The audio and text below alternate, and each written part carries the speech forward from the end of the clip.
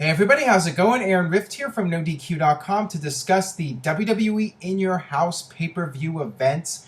There were 28 total In Your House pay-per-views that were branded as In Your House, or at least had some sort of reference to In Your House, going all the way as late, believe it or not, as the April 1999 Backlash pay-per-view.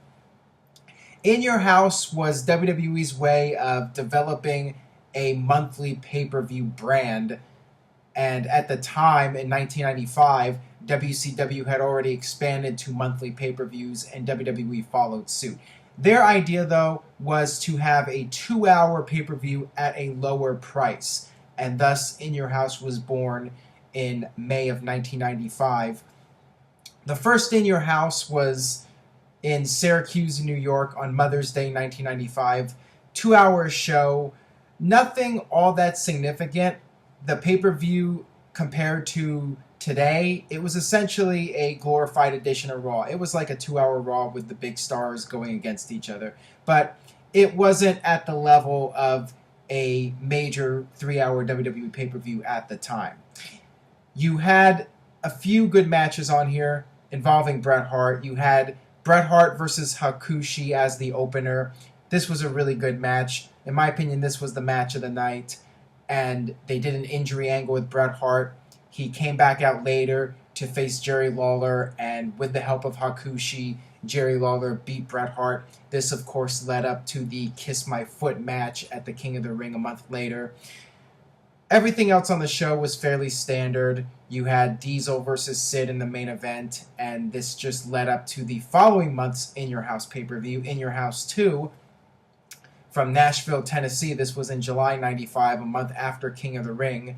You had Diesel versus Sid as the main event in a lumberjack match. But really the match that stole the show on this pay-per-view was Shawn Michaels against Jeff Jarrett for the IC title. This show was built around Jeff Jarrett. They had him doing a live performance of With My Baby Tonight. And as it turns out, he was lip-syncing, and WWE eventually made an angle out of this with the roadie becoming the Road Dogg and the real Double J and all that stuff. But all this was building up to a match with Shawn Michaels. Shawn Michaels was on a roll as a babyface, and he would win the IC title in a really good match against Jeff Jarrett. One of Jeff Jarrett's best WWE pay-per-view matches. And it would be his last one for a while, actually. So this was a significant match in the career of Shawn Michaels, and everything else was just basically a glorified Raw with stars versus stars. Next up, we had the third In Your House pay-per-view in September 1995. Huge main event match that WWE built up. You had all the champions going at it. You had WWE Champion Diesel and IC Champion Shawn Michaels against the Tag Team Champions Yokozuna and Owen Hart. But WWE pulled a little bit of a bait and switch here. They advertised that there would be guaranteed new champions. And what ended up happening was WWE did an angle where Owen Hart was late to the building, so the British Bulldog stepped in as a replacement for Owen Hart, and British Bulldog ended up taking the fall in the match. And then the next night, Gorilla Monsoon said that Owen Hart was the legal guy, all the legal mumbo-jumbo, and because of that, Yokozuna and Owen Hart were still the tag team champions. So WWE pulled a fast one on everybody. Wasn't a big fan of that. This could have been so much more historic, but WWE screwed everybody over here with the bait and switch. And you had Dean Douglas versus Razor Ramon. That was a pretty good match. You had British Bulldog in his first big match as a heel since his heel turn several weeks earlier, beating Bam Bam Bigelow. That was an interesting match. Everything else was pretty forgettable. Next up here we have In Your House 4 from October 1995. This was the show where Shawn Michaels lost his smile for the very first time. Shawn Michaels had gotten attacked by a bunch of guys, and he was injured. He had to forfeit the IC title, and they did this angle where he came to the ring. He was all sad, and Dean Douglas took the belt. He was awarded the IC title, and then Razor Ramon came out and beat Dean Douglas to become a 4-time Intercontinental Champion, which at the time was a record. So this was pretty good match between these two. You had Goldust making his pay-per-view debut against Marty Jannetty. That's significant. And you had a terrible match between Yokozuna and Mabel. Just a really bad match that went nowhere. They were teasing that they were gonna go all out and they were enemies, but then they just hugged it out at the end, and it was lame. And the main event, British Bulldog versus Diesel, was essentially just a setup for Diesel versus Bret Hart at Survivor Series. So really a nothing match. Moving on here to the final In Your House in 1995 in December. This match that main evented was significant because of the fact that it was the first time in several years that we saw significant bleeding in a WWE match. You had the Bret Hart British Bulldog main event for the WWE title, and Bret Hart just got busted open big time, tons of blood, and this was when WWE was starting to move in a more adult-oriented direction. It was clear by this time that WWE was feeling the heat from WCW and also being influenced by ECW. You started seeing the envelope being pushed more in WWE. So Bret Hart, British Bulldog, the rematch from 1992, wasn't as good as that match, of course, but it still was a really solid main event match and a turning point in WWE with blood getting reintroduced into storylines. And not a whole lot of other significant matches on this show. Razor Ramon, Marty Jannetty against Sid and 1-2-3 Kid was a good match. You had Ahmed Johnson in his first singles pay-per-view match, and it was also Dean Douglas's last WWE pay-per-view appearance. Owen Hart versus Diesel was a good match. It was a fairly solid show overall. Oh, Triple H, Hunter Hearst Helmsley back in the day versus Henry Godwinn in the hog pen match, and Hunter getting thrown into the pen and just being made a fool of. This was actually really entertaining stuff, and watching it back at the time, I always thought to myself watching that one day this Hunter Hearst Helmsley guy was going to be a big star, just because of the fact that he really went all out to entertain people and to make Henry Godwinn look good. I saw something in this guy back then, and I know it's easy to say now, but I remember back then watching it, and I thought Helmsley was impressive in this match. So you can check that one out, and that'll wrap it up for 1995 WWE In Your House pay-per-views. Let's move on now to 1996. All right, so the first In Your House pay-per-view of 1996 from February was in Louisville, Kentucky. This was a fairly entertaining show. This was one of the better In Your House pay-per-views, maybe the best one up until this point for sure. You had a very solid card. You had Razor Ramon against the 1-2-3 Kid in a crybaby match. This was really entertaining, and as it turns out, it would be one of the last high-profile matches for both of these guys prior to jumping to WCW. You had Shawn Michaels versus Owen Hart for the right to face the champion at WrestleMania 12. This was a really good match between Michaels and Hart. You had Yokozuna and the British Bulldog, with Yokozuna just coming off his face turn where he was kicked out of Camp Cornette, and Vader getting involved, setting up their feud. This was good stuff. Main event, Bret Hart versus Diesel. Good match, not a great cage match, and it was basically to set up WrestleMania. You had the finish where Undertaker came out of the ring and pulled in Diesel, and Bret Hart won. So just basically a build-up for WrestleMania 12. It was still entertaining though. Very, very solid show overall from start to finish. And next up we have Good Friends, Better Enemies, the In Your House pay-per-view after WrestleMania 12 in April. This was another really good show. Actually, I think this would be my favorite of the In Your Houses up to this point. This was a really good show. You had Vader beating Razor Ramon. Really good match. This was Razor's last pay-per-view match before showing up on Nitro and kicking off the NWO invasion. And WWE, give them credit. They could have squashed him. He could have gone out there and just lost a 2-minute squash to Vader, but they had a competitive back-and-forth match, way more than I was expecting going in, just knowing that Razor was on his way to WCW. You had Ultimate Warrior and Goldust, which wasn't really a match. Goldust was injured, and they basically just did an angle here. But it was entertaining. I mean, I guess, doing a little angle with the Warrior and Goldust was better than Warrior actually working a match. I mean, who knows? But, yeah, it was still entertaining for what it was. I mean, it was kind of lame doing a cop-out like this on pay-per-view. But, for what they had to work with, it was entertaining. But the real match that stole the show was the main event. Shawn Michaels and Diesel, no holds barred match. Just the finale to this feud between these two that had been going on for several years. The backstory, with Diesel as the bodyguard for Shawn Michaels, and then they went against each other at WrestleMania and then became friends again. Good friends, better enemies. Diesel turning heel on him with the chair.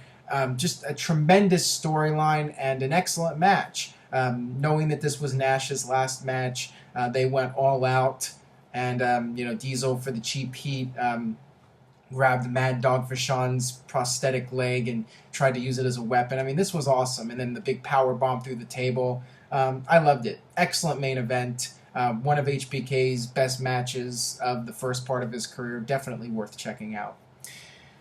And moving on here, we have the Beware of Dog in Your House pay-per-view, which is one of the most bizarre WWF pay-per-views in history because of unpredicted circumstances. You had a severe weather storm.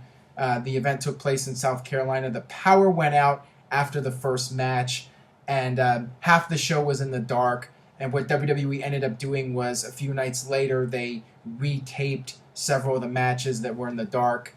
So you had literally 2 matches that took place on Sunday night, and then the rest of the matches were from the following Tuesday when they retaped the show. So really, really interesting here. And just something that almost never happens in the world of wrestling. Just when Mother Nature interferes and there's nothing you can do about it, you just have to make the most of it. You had Mark Merrow in his first pay-per-view match in WWE against Hunter Hearst Helmsley. This was a good match. You had the strap match, Savio Vega versus Steve Austin, which was on the second portion of In Your House. This was an excellent match. This was one of Steve Austin's first high-profile matches. The stipulation was if Ted DiBiase lost, he would be gone. And, of course, Austin lost, and DiBiase went on to WCW. But this was a really good match. Really solid performance from both guys. Really entertaining strap match. Goldust and Undertaker casket match with Mankind getting involved. This was fine. And then Shawn Michaels, British Bulldog. Good match with a lame finish. They did a draw. Once again, just building up a tease for the next pay-per-view. I mean, it's kind of annoying when WWE did this, a non-decisive finish just to build up, to get your money for the next pay-per-view. Kind of cheap. But the match itself was pretty good. Next up here, we have International Incident from July of 1996. This show was all right. Not one of the better In Your House pay-per-views. The undercard was pretty weak. You had Undertaker and Goldust ending in a DQ. Not a big fan of DQ finishes on pay-per-view. And especially back then when you had to pay a much larger price for pay-per-views. Although this was still when they were 2-hour shows, and they were a little bit cheaper than your big 3-hour pay-per-views. You had the main event, which was a good match. Easily the best match on the show.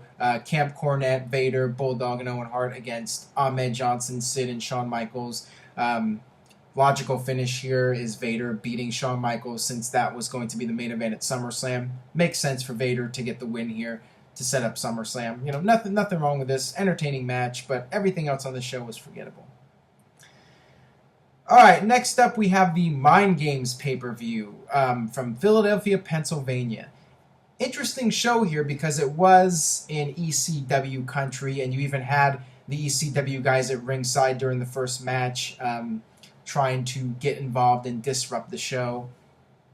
You had Mark Henry in his first pay-per-view match against Jerry Lawler, although he would disappear for another year after this. And not really much of a match, but significant because it's Mark Henry's first appearance, and he would go on to be with the company for many years and decades even.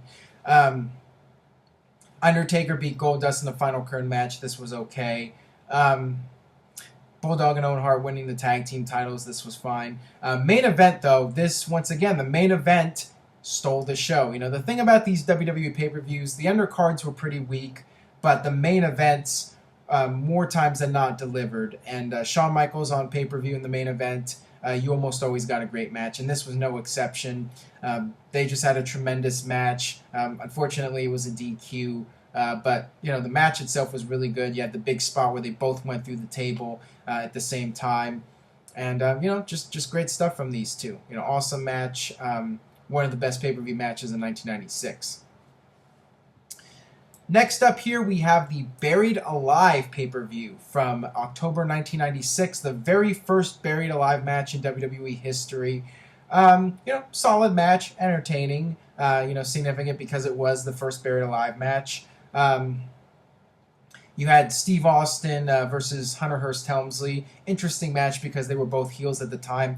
This was also the first pay-per-view match. Might have been the first televised match where Steve Austin came out with the Shattered Glass music. That theme song. I think this was the debut of that theme song on a WWE show. Correct me if I'm wrong, but it was one of the first, if not the first time, he came out with the music that would go on to be famous worldwide. And then Sid beat Vader to get a world title shot. Considering the fact Sid was in there, this wasn't bad.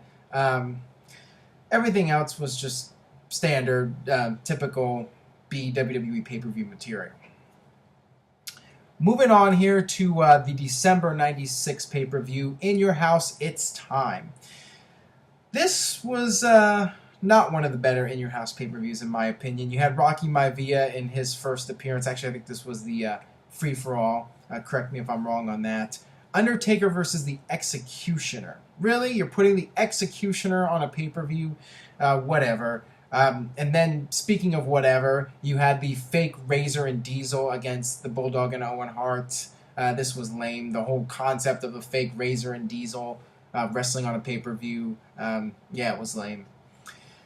And the main event, Sid versus Bret Hart. Once again, really just a build-up for a future pay-per-view. This was the most annoying thing about these WWE pay-per-views, especially these minor pay-per-views, where the main event would just be a setup for the next pay-per-view. So you're putting down your money to watch an indecisive finish, and you have to buy the next pay-per-view to see the conclusion. Shawn Michaels there at ringside, obvious he's getting involved, and of course he cost Bret Hart the match, and that sets up Sid versus Shawn Michaels at the Rumble. So that wraps it up for the 96 pay-per-views. Let's move on now to 1997. All right, so next up, the first pay-per-view of 1997 under the WWE In Your House banner. In Your House, the Final Four. This pay-per-view was really a one-match show, and that was the main event. The four-way dance to determine the new WWE champion. Shawn Michaels had to forfeit the title because he was injured and he lost his smile, and he had to go find his smile. You had this match here. A really intense match. You had Vader busted open. And I love the storyline here. Coming off the Royal Rumble with the controversy where Steve Austin eliminated everybody illegally, and this match was set up. Bret Hart quit, then he came back. And Steve Austin, once again, being a thorn in Bret Hart's side, but this time Bret Hart was able to prevail and win the WWE title, although it would only last one night. But this match was really good. Everything else was kind of lame. You had The Rock versus Triple H, but this was for the IC title when both guys were not established as top-tier guys. And this was actually also the debut of Chyna getting involved, making her first pay-per-view appearance, and then becoming Triple H's new bodyguard.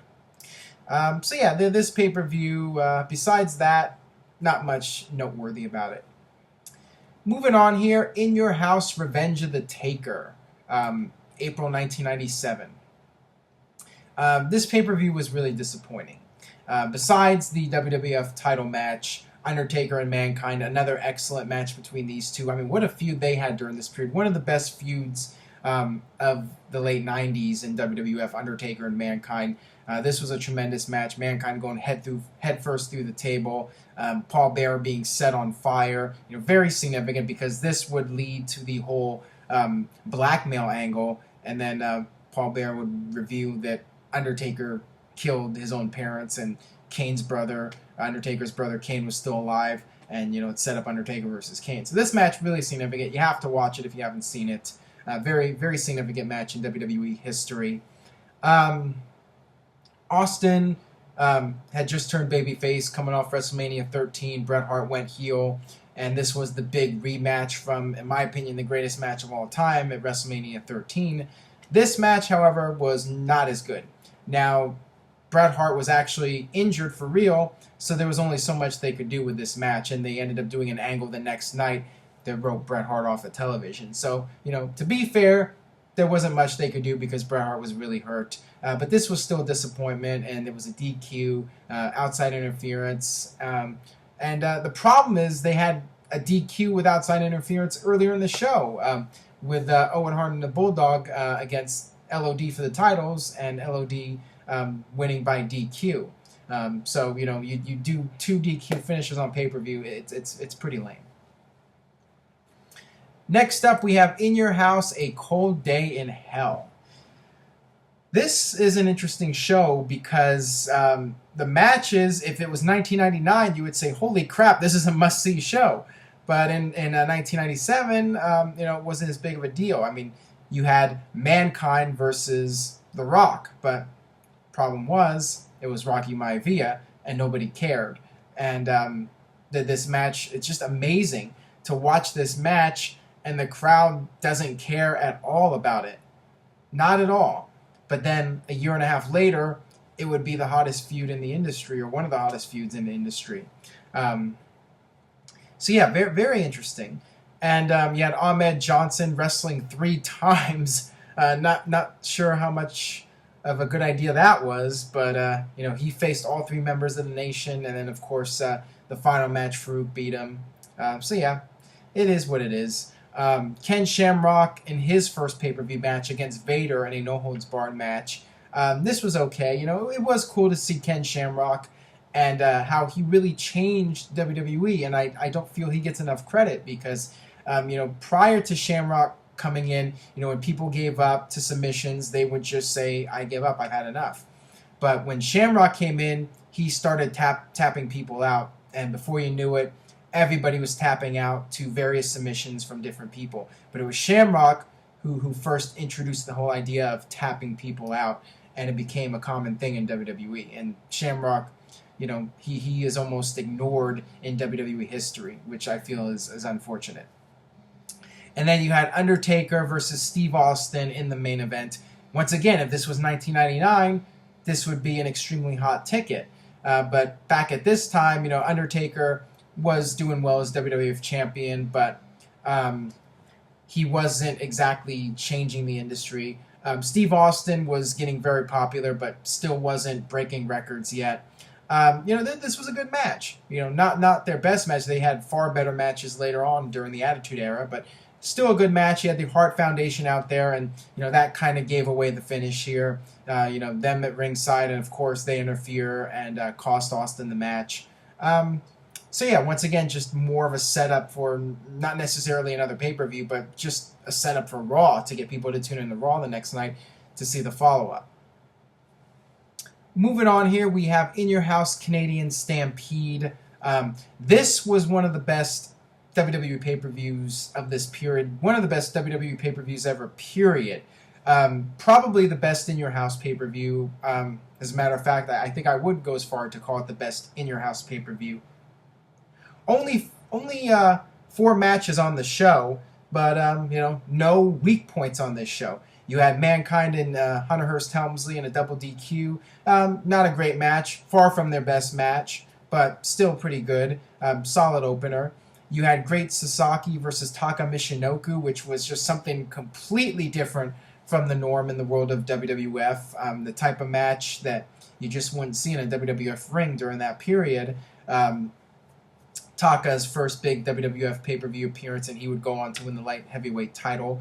This was a really good match, and just very unique for the world of WWF to see a Japanese match on a WWF pay-per-view. Just something you didn't see. And Undertaker versus Vader for the WWF title. This was a good match. And then you had the main event, which was tremendous. The main event was amazing. Must see. This was really the peak of the whole USA versus Canada storyline, where Bret Hart was a heel in America but a babyface in Canada. And what a match this was. Bret Hart, Owen Hart, Bulldog, Brian Pillman, and Jim Neidhart against Austin, Shamrock, LOD, and Goldust. The atmosphere was incredible, in Canada, with Bret Hart and the Hart Foundation being these beloved baby faces, and Austin getting booed out of the building. And, after the match, all the chaos with the Hart family coming in the ring, and then Austin getting arrested and flipping off everybody. This is one of those matches you have to watch. If you haven't seen it, it's a must-watch match. One of the best WWF matches of the 1990s. So definitely check it out if you haven't. And you can watch the whole pay-per-view. Really solid 2 hours of television. All right, next up we have In Your House Ground Zero. This was a significant pay-per-view for various reasons. Number one, it was the first 3-hour In Your House pay-per-view event. WWE decided to raise the prices of the pay-per-views and make them 3-hour shows going forward. Also, this was the last In Your House pay-per-view with the traditional In Your House set that they had for the In Your House pay-per-views. This was also a turning point in WWE as they were getting closer and closer to the official birth of the Attitude Era. And you had a solid show here with a lot of significant events. You had Brian Pillman and Goldust. This was Brian Pillman's last pay-per-view match, unfortunately. You had a big angle where Steve Austin had to give up the WWF Tag Team titles. Him and Dude Love came out to relinquish the belts, and Austin got in the face of authority, and he threw down the title. He told Slaughter to drop down, Commissioner Slaughter. He told Slaughter to get down and give him 20. And then, of course, Austin stunned Sergeant Slaughter. And this was the period where you could really tell that Austin was going to be the guy in not just WWE, but the entire industry. The crowd just going absolutely nuts for Austin. And, who would have thought that him getting injured might have been the best thing for his career? Because by him doing this angle where he started giving all the authority figures stunners, he just got more and more popular with each passing week.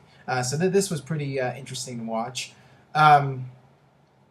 You had Bret Hart versus the Patriot, which was a pretty good match. One of the Patriot's few WWF pay-per-view appearances, but really solid stuff. And, I liked the storyline leading up to it. And then you had Shawn Michaels versus Undertaker, which was not even really a match. It was just a crazy brawl with them taking out the referees right from the get-go and no real sense of control. And once again, it was basically a setup for the next month's pay-per-view, but what a setup, and what a pay-per-view that would follow. Moving on here, we have In Your House Bad Blood, October 97. Unfortunately, Brian Pillman had died the previous night, and they had found out about it just moments before the show went on the air. So really sad atmosphere and vibe, and you could tell it affected the wrestlers. The performances just weren't up to par for the most part. Really disappointing show up until the main event. And then, say what you will about Shawn Michaels and Undertaker and what happened behind the scenes with Pillman, but they turned it up. They went out there and they were professional, and they put on one of the all-time great WWE matches, the very first Hell in a Cell match. Just an amazing showcase. Shawn Michaels getting the crap kicked out of him by The Undertaker, being knocked off almost the top of the cell through a table, bleeding like crazy, and then the lights go out, and here comes the guy that has to be Kane. It's got to be Kane, as Vince put it in that classic line. Kane making his debut, laying out The Undertaker and Shawn Michaels in a pool of his own blood, putting one hand over The Undertaker, and somehow getting the win. I'm sure you've all seen this match, and if you haven't already, what are you waiting for? In fact, if you haven't watched that match, turn this video off now. Just turn it off and watch it now, and then you can come back and watch the rest of this. You better come back and watch the rest of this. All right, and the last pay-per-view of 1997, In Your House DX, the DX theme pay-per-view. Not really a great show. This was perhaps the first official Attitude Era pay-per-view. You had the scratch logo on the bottom left for the first time. The matches ranged from okay to bad. When you have DOA on the undercard, and you had Mark Merrill versus Butterbean, which was interesting, I guess you could put it. But that's really the best I could say about it. You had Road Dogg and Billy Gunn as the New Age Outlaws on pay-per-view for the first time, but they weren't exactly over with the fans yet. You had Jeff Jarrett versus The Undertaker ending in a DQ when Kane interfered. This was lame. You had Steve Austin versus Rocky Maivia, which wasn't really a match. It was the Nation members getting the crap beat out of him by Steve Austin. Steve Austin bringing out the pickup truck and back body dropping D'Lo Brown on the car. And Steve Austin was still recovering from his injury, so they didn't really do much of a match here. But it was entertaining stuff, and this was just the start of things to come with Steve Austin and The Rock and their feud developing, and The Rock really developing into his own character as a heel, and eventually becoming the next biggest star next to Steve Austin. And then they had the main event, Ken Shamrock versus Shawn Michaels, really just a placeholder match until the Royal Rumble. Michaels lost by DQ because of the outside interference, and Owen Hart came out at the end. This was 1 month following the Montreal screw job, and you had Owen Hart coming out, laying out Michaels at the end. So at least you had that to end the show, but the match itself was disappointing, and the finish was lame.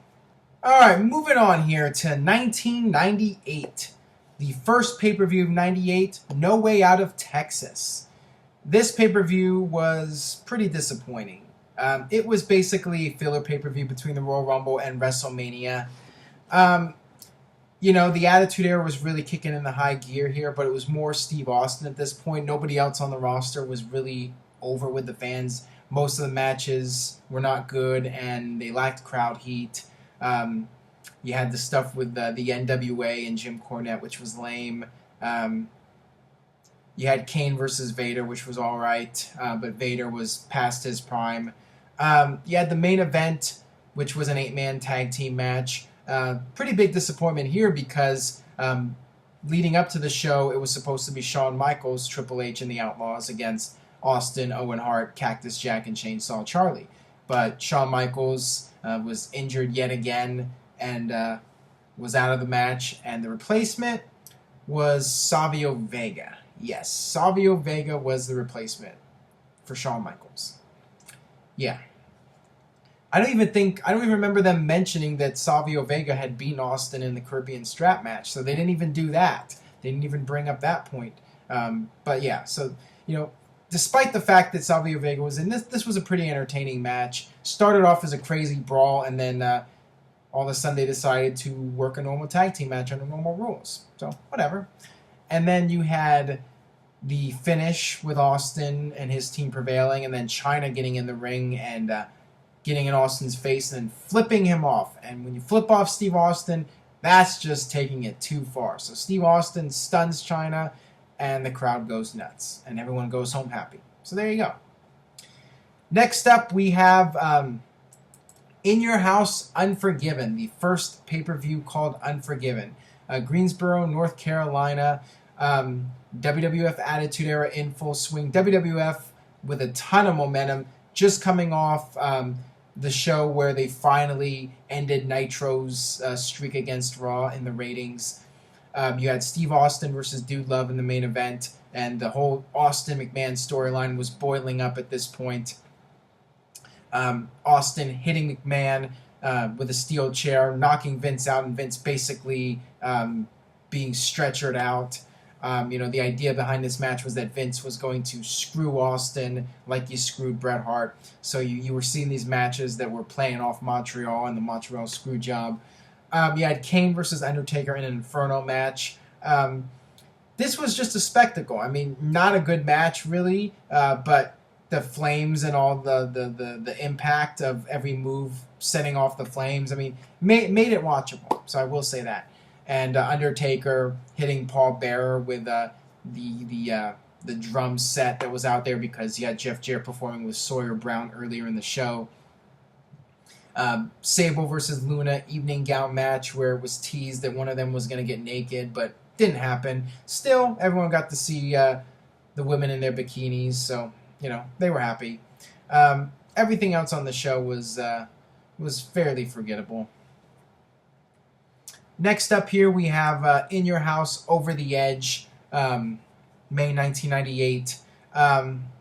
Really a one-match show. Steve Austin versus Dude Love, with Vince as the referee, Pat Patterson as the guest ring announcer, and he was funny, calling Austin this beer-swilling fool.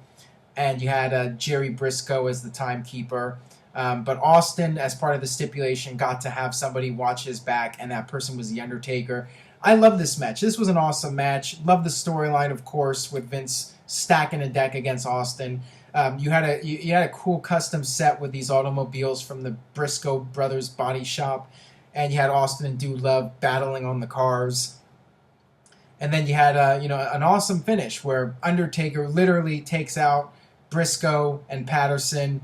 Vince gets knocked out by accident, and Austin hits the stunner on Dude Love and then uses Vince's own hand because Vince said it himself, his hand and his hand alone would end the match. So, of course, Austin takes Vince's hand and counts the 1, 2, 3. I love this. This is an all-time classic WWE match. Must watch. Everything else on the show was pretty lame.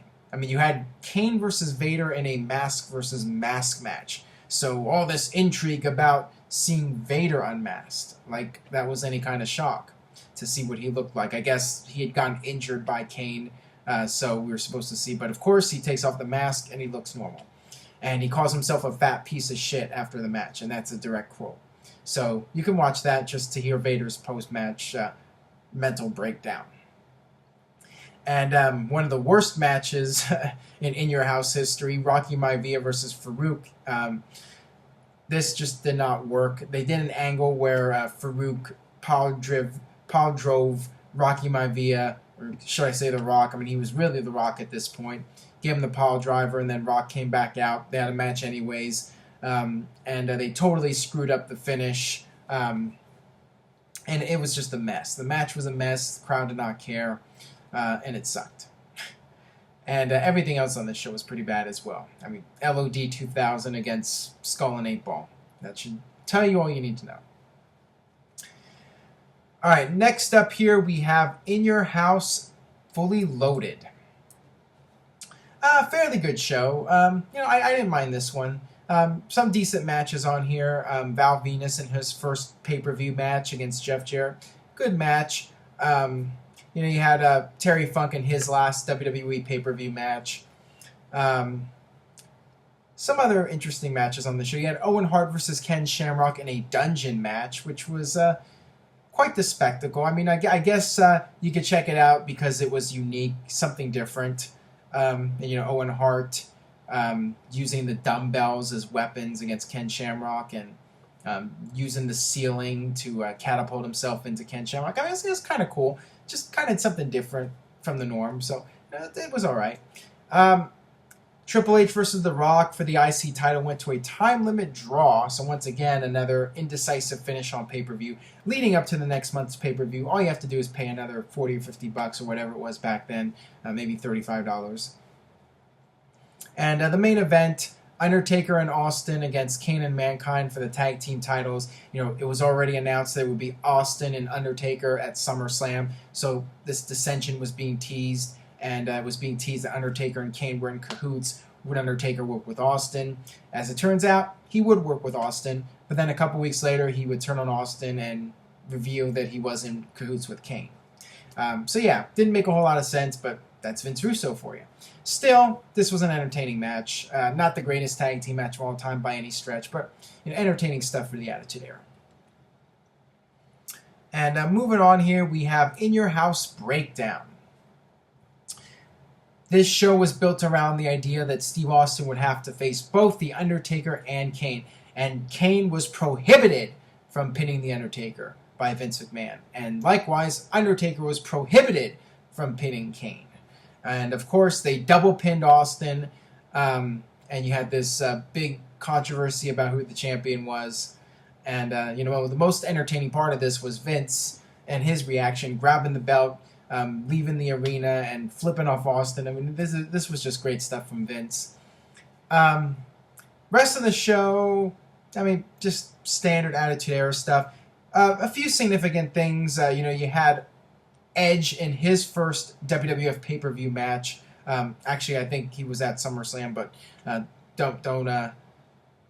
don't count me on that one for being correct. But it was Edge's first big In Your House pay-per-view appearance. Edge against Owen Hart. So this was pretty cool to see Edge and Owen Hart in a match against each other on pay-per-view in Canada.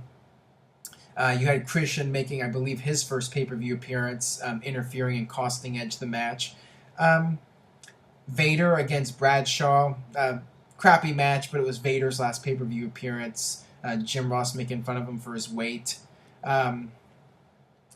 You had Gangrel and D'Lo Brown. Gangrel in his first pay-per-view match. So you're seeing a lot of new characters being introduced.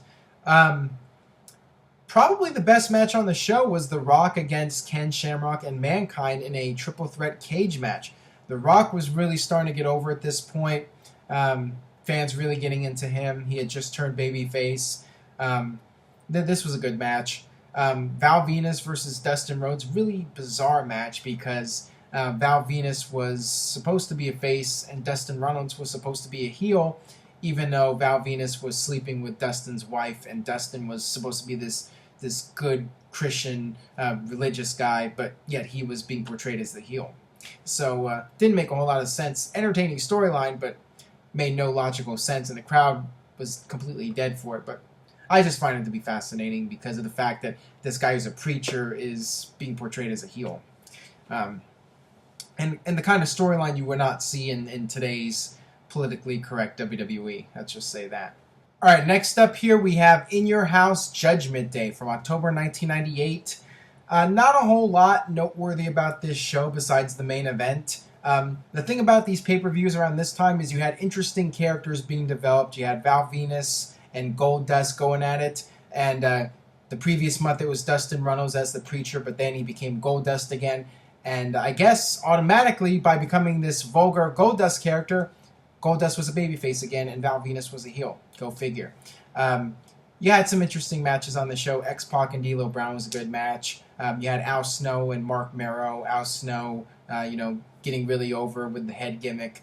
But the matches weren't that great. I mean, you had LOD and Draws against DOA, and the less said about that, the better. Headbangers against the New Age Outlaws was okay. Mankind and Ken Shamrock, once again, okay. Not really anything special. The Rock versus Mark Henry. This match was interesting, if anything, just to see the development of The Rock as a main event babyface character and the crowd just getting more and more into him and reacting to the People's Elbow and all that stuff. But not really a great match or anything. Undertaker and Kane, the stipulation was Steve Austin was the referee and had to crown a new WWE champion or he would be fired by Mr. McMahon. So the whole point of this match was for the finish. Everyone was just waiting on that. The match itself really meant nothing. You were just waiting to see what Austin would do at the end. And, of course, Steve Austin would count both guys out, proclaim himself to be the winner, and then you'd have Vince fire Steve Austin. His exact words, "Screw you, Austin, you're fired." And this would essentially just build up to Raw the next night with the angle where Austin would pull a fake gun out on Vince McMahon and cause him to piss his pants. And that was more memorable than this pay-per-view. Next up, we have Rock Bottom, another disappointing WWF pay-per-view. More about the characters than anything else. Almost like a glorified edition of Raw.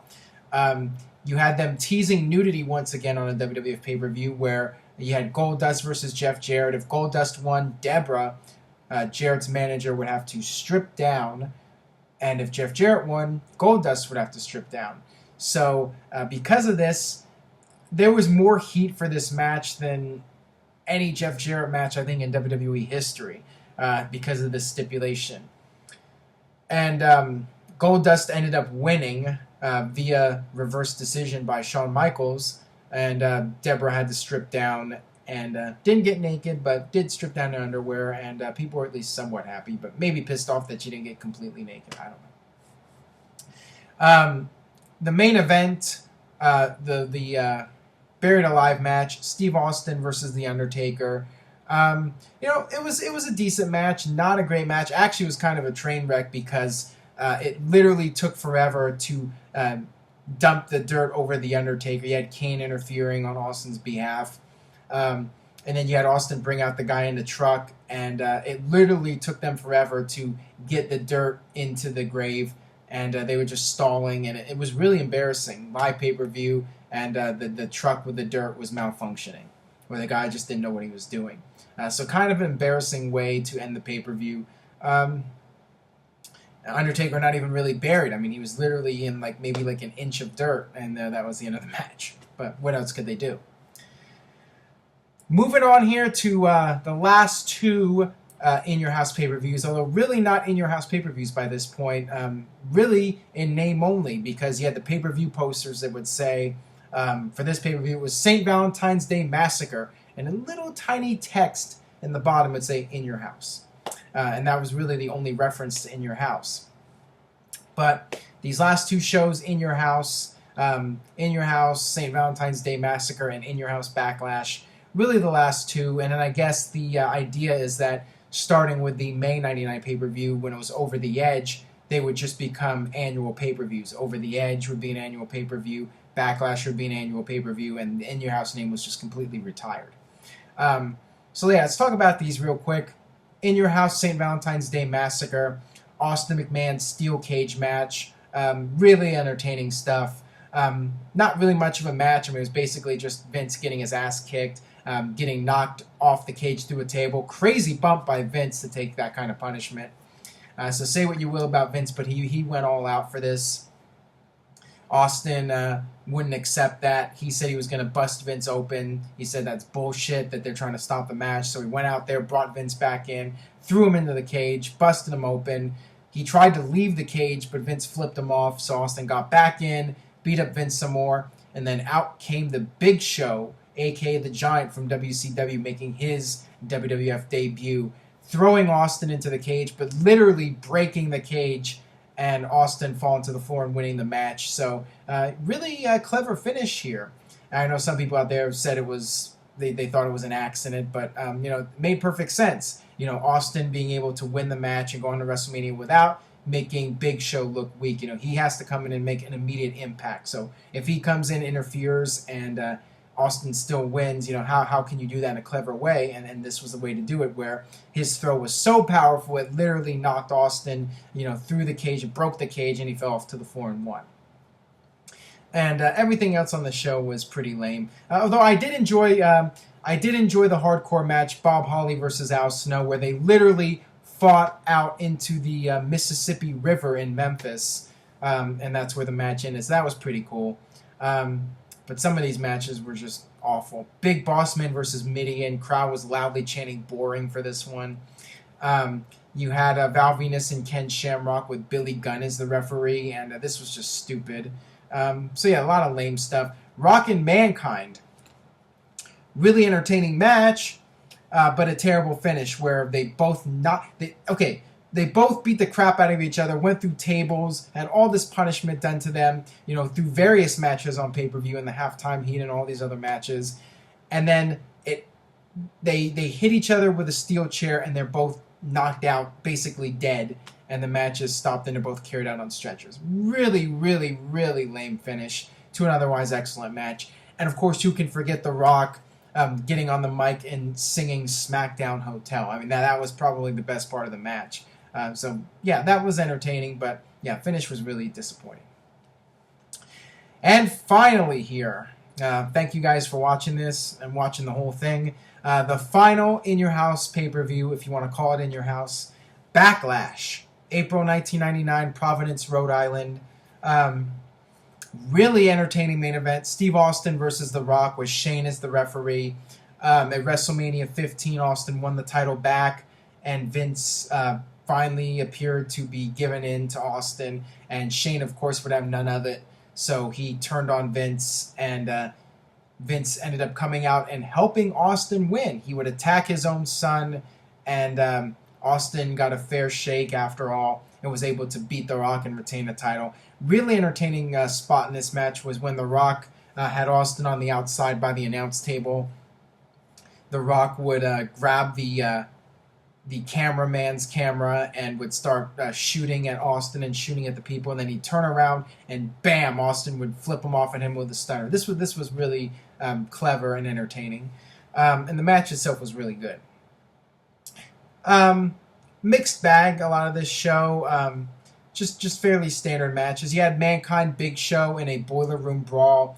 Not much to it, just, brawl in the Boiler Room.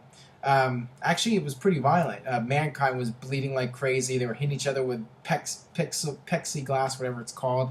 And Mankind's hand was bleeding. He was literally leaving handprints covered with blood on the floor. Lots of typical Russo stuff. Short matches with tons of outside interference in almost every match. So yeah, it was an entertaining show from start to finish. But besides the main event, not much in the way of quality wrestling. So that'll wrap it up for my thoughts on the In Your House pay-per-views from 95 to 99. Leave a comment. Let me know what you think. Let me know what you thought were the best WWF/WWE In Your House pay-per-view events and matches. And stay tuned to NoDQ.com for the very latest in WWE and the world of wrestling.